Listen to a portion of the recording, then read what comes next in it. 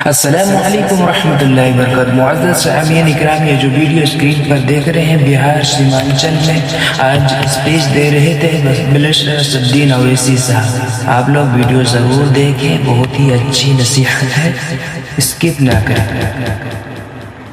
सोच पाए इन सब पार्टी का एक ही बात ये लोग कहते हैं कि ओवैसी हैदराबाद को छोड़कर बिहार और सीमांचल को क्यों आता है।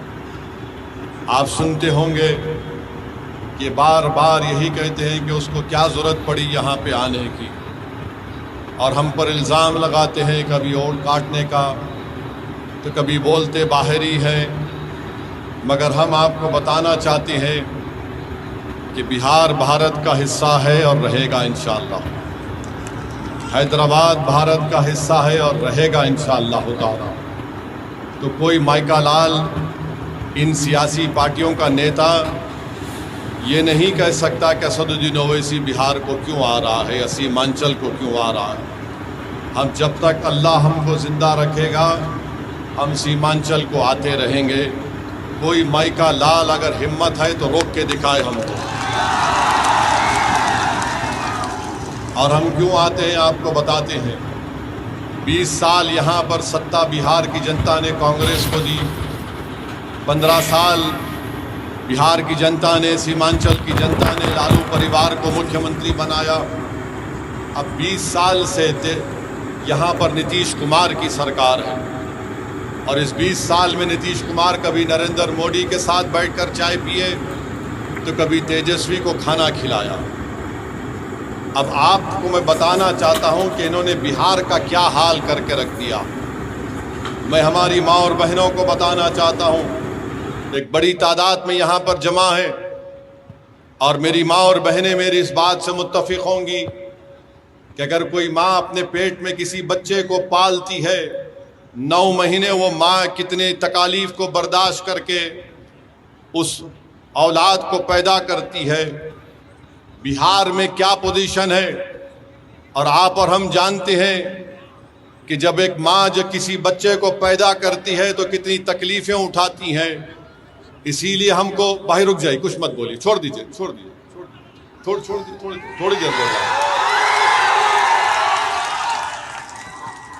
हम आपसे कह रहे थे कि जो माँ अपने किसी बच्चे को पैदा करती है तो हमारे आका मोहम्मद सल्लल्लाहु अलैहि वसल्लम ने इरशाद फरमाया कि उस माँ के लिए ये हज और उम्रा एक जिहाद की तरह है। और बिहार में पोजीशन ये है कि जब कोई माँ अपने बच्चे को पैदा करती है तो उसके पैदा होने के बाद वो बच्चा मर जाता है या बच्ची मर जाती है, जिसको अंग्रेजी में बोलते हैं इन्फेंट मोर्टेलिटी रेट, हिंदी में कहते हैं शिशु मृत्यु दर। आपको मालूम देश में 29 प्रदेशों में बिहार का नंबर कितना है? 27वां नंबर है।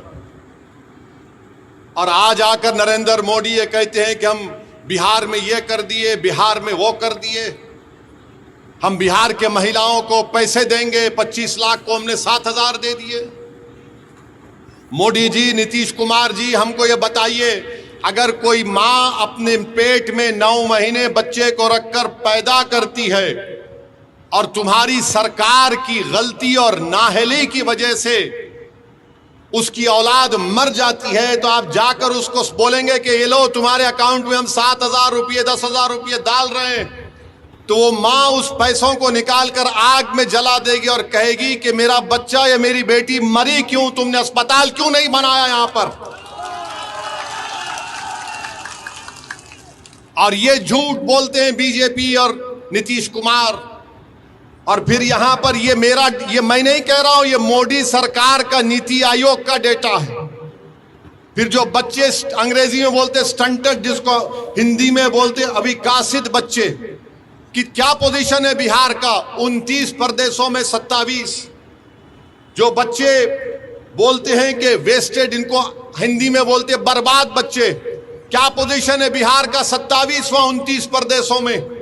जो बच्चे पैदा होते हैं जिनका वजन कम होता है, क्या बिहार 27वें पोजीशन है 29 प्रदेशों में? किस मुंह से आकर भारत के प्रधानमंत्री और बिहार के 20 साल के मुख्यमंत्री ये कहते हैं कि बिहार में हमने सब कुछ कर दिया। ये सब केंद्र सरकार का डेटा है। और फिर आप जानते हैं कितने बच्चे बिहार में स्कूल में पढ़ते हैं, पहली क्लास से 8वीं क्लास में। बिहार के लड़ना अपने को भाजपा से है, जेडीयू से है, और उसको हराना है जो 5 साल से विधायक तो था मगर अपने नेता तेजस्वी और अपने ठेकेदारों को छोड़कर 15 नाम किसी का नहीं बोल सकता हो। तो बिहार में कितने स्कूल में पहली क्लास से 8वीं क्लास में बिहार का पोजीशन 24वां 28 प्रदेश में। कितना बच्चा ड्रॉप आउट रेट है यानी स्कूल छोड़ देता है, 29 प्रदेशों में बिहार का नंबर 28। कितने बच्चे स्कूल में जाते हैं 6 और 13 साल की उम्र में, बिहार का नंबर 17वां। और 18-23 साल में सबसे कम उम्र, सबसे कम नंबर बिहार का है। मोदी जी इतना झूठ क्यों बोलती है आप नीतीश कुमार के साथ? ये पोजीशन है बिहार का। और सिर्फ बिहार में 9% जनता के घर में नल जल पानी का पाइप है। ये खुद बिहार का केंद्र सरकार का डेटा बोलता है। बिहार में 28% बच्चे बिहार छोड़कर कभी पंजाब तो कभी दिल्ली तो कभी कहां चले जाते हैं, जिससे बिहार के 30 से 50% घर परेशान हो जाते हैं। ये हाल करके उन्होंने बिहार का रख दिया। और ओवैसी आता है बिहार को तो सब बोलते हैं ये यहां पर क्यों आया है। अब आ जाइए सीमांचल का। सीमांचल में जो बच्चे पैदा होकर मर जाते हैं, जिसको मृत्यु दर बोलते हैं, यानी जिसको हमने अभी आप संग्रह हिंदी में कहा शिशु मृत्यु दर, सीमांचल में वो है किशनगंज जिले में सबसे ज्यादा। इसका जिम्मेदार कौन है बताओ आप? मेरी इज्जतदार माँ और बहनों, 11 तारीख को वोट अगर आप डालने जाएंगी तो हम जो बात आपके सामने रख रहे हैं उसको याद रखकर आप अपने वोट का इस्तेमाल करिए। फिर आप ये भी देखिए पूरे बिहार में सबसे ज्यादा पहले कौन मरता है? मुसलमान मरता है। ये गवर्नमेंट का डेटा है, ओवैसी का भड़काऊ भाषण के जुमला नहीं है।